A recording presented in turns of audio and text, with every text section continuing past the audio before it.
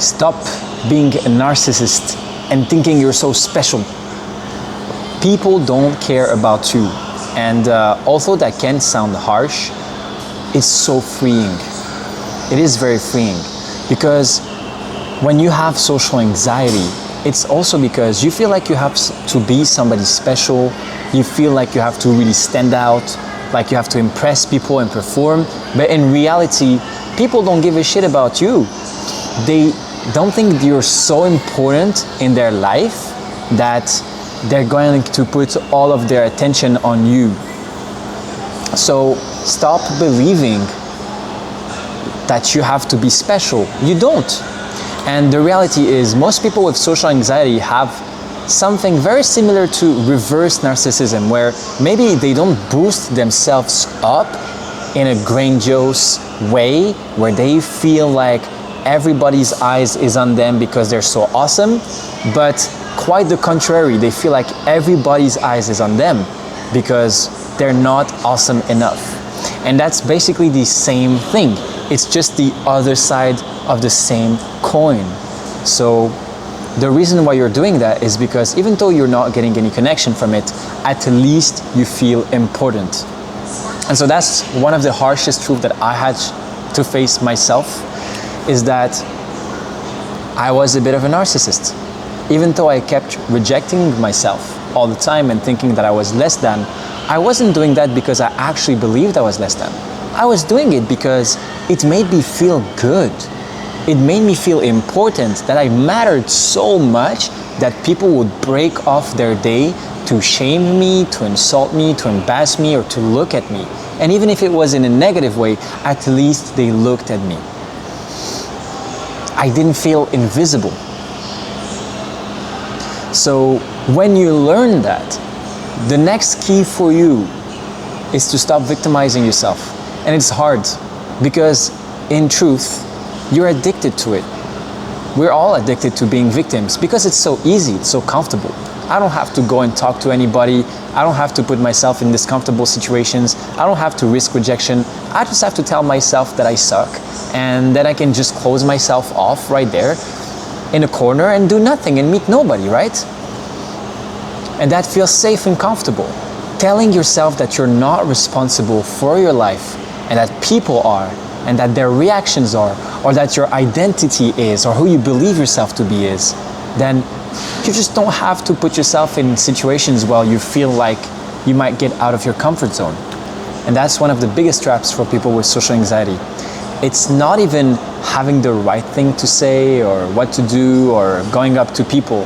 That's just part of the normal process. But if you look inwardly, what we all have in common as socially anxious people is we identify as socially awkward, as socially anxious, as shy. And you have to understand where identity comes from to really understand the results that you're getting in your social life. When you were a baby, between the age of 0 and 7, things happened, events, right? Naturally, babies want to explore the world.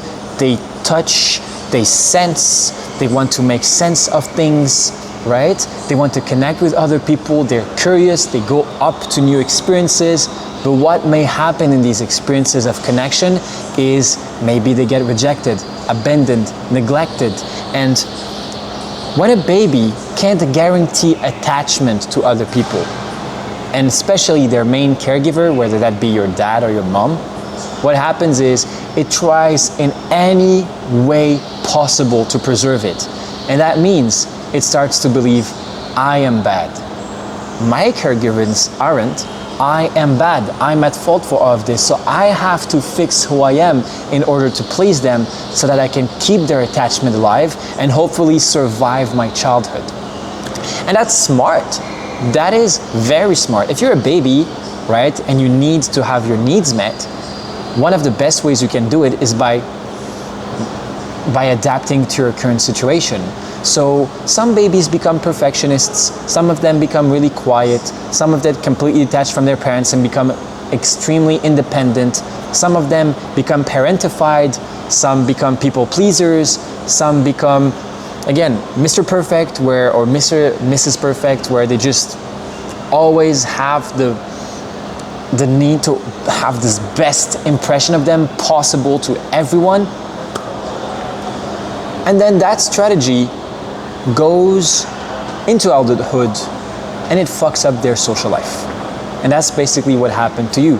You had some shit happen in your past, it continued on into your adulthood, and now you're stuck in the same patterns. But the bigger problem is, you don't just see them as patterns, you see them as yourself, and you misidentify them as yourself. So you start to think, I am socially awkward, I am shy, I am on the spectrum, I have ADHD, whatever excuse you tell yourself. But in reality, all that belief does, it guaranteed safety for you before, and it's still trying to guarantee safety because it believes you're still in the same environment, right? It's just playing in loop in your nervous system. So the only way that you can get out of it is to first recognizing, become aware of it, stop your denial, and become aware that, yeah, I'm not socially awkward, I'm not shy, I'm just afraid of connecting with people because of what happened in my past. And when you accept it and you become completely honest with yourself about it, you're able to break free from it once and for all. And that's when your transformation journey starts. And if you can not do that, then you will never transform. No amount of social skills, of advice, self-help books, coaching can ever help you. And I tell you that from the past 9 years of experience with coaching, self-help books, becoming a coach myself at 20 years old. None of that helped me out. It made me more of a social robot. That's what I did. So I was building layers on top of this insecure, completely unstable foundation. And what that made me into is a better manipulator. I had a stronger social mask where I knew how to open conversations, I knew interesting questions to ask, I knew how to walk people through scripts, I knew how to read them perfectly so that I understood how to adapt my approach so that I could perform better and please them and get an outcome out of them. And when I decided to drop all of that, drop all the performance and be comfortable just being myself, as knowing that I'm not socially awkward, I'm not shy, I have no problems. I've just been identifying with those identities and I just needed to drop them. Then there was no more doing, there was no more pushing, there was no more trying, just being. And when I allowed myself to be, as I am, completely vulnerable with others, that's when I started forming long-lasting relationships with people, ones with really supportive people that actually love me and value me for who I am. And that's why I can connect with people wherever I go, absolutely any time of the week. That's why when I go on my trip to Vietnam, I can meet a group of 3 people in a coffee shop, and that same night they will invite me out for a drink at a bar. That's why I can make out with a girl the minute that I meet her, just after saying hello and looking into her eyes.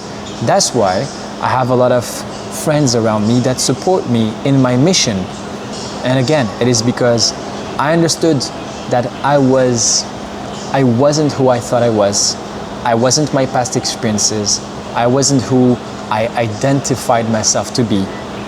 I was just stuck in past experiences, and I was attached to them because there was a sense of safety from them.